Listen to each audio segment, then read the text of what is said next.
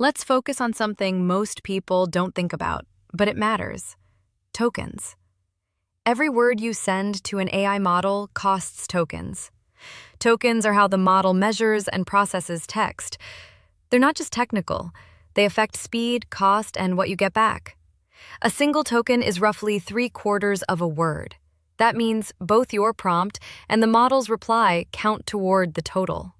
Depending on the model, you might have 8,000 to 32,000 tokens to work with. Once you hit that limit, the response gets cut off. If you're working at scale, building agents, automations, or recurring workflows, every token affects your cost. So using fewer, better tokens isn't just efficient, it's practical. Here are 4 ways to write more intentionally. First, remove repetition. Say things once and clearly. Second, use shorthand when it works.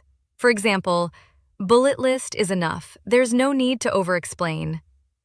Third, format the prompt instead of describing the output. If you want a list or a table, just say that. Fourth, lead with the most important information. The model pays more attention to what comes first.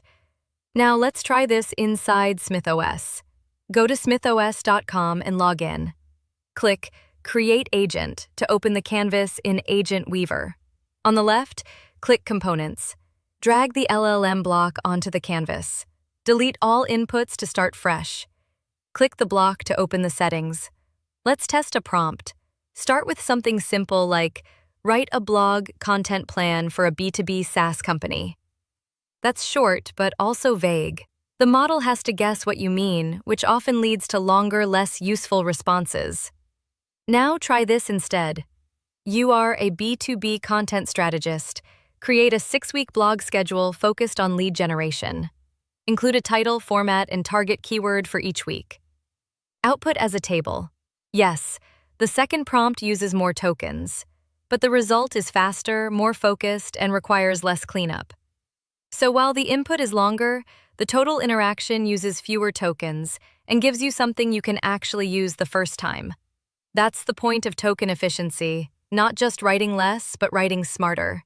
Click Debug, then Run. And finally, click Log to view the result. You see a clear, structured response that meets the goal, because your prompt gave the model exactly what it needed. That's what token economics is really about. Less guesswork, more clarity, better outcomes with less effort. We'll continue from here in the next episode.